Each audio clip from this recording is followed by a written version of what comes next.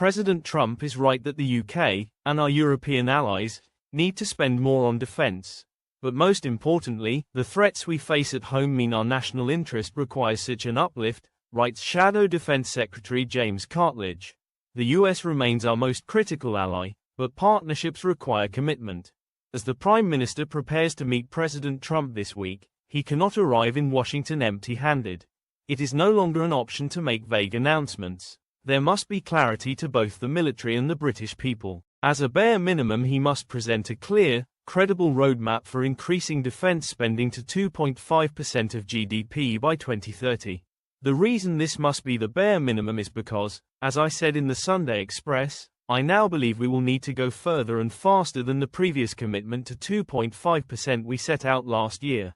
But making the defense budget our top priority will mean making bold decisions on public spending elsewhere, and we stand ready to support the government in making those tough choices. If safeguarding our future means reallocating resources, we must have the courage to do so. That includes targeted reductions in welfare and, at least in the short term, foreign aid, to ensure our military has the funding it needs to defend Britain and its allies. Without clear and long-term commitments, Britain's security is under threat. The last Conservative government understood this and took real action, committing to increase defense spending to 2.5% of GDP by 2030. This is no longer a debate, it is a necessity. The security of Britain and Europe is at stake, and it is clear the US is increasingly going to concentrate on the threat from China, needing us to do more to stand up to the Russian threat.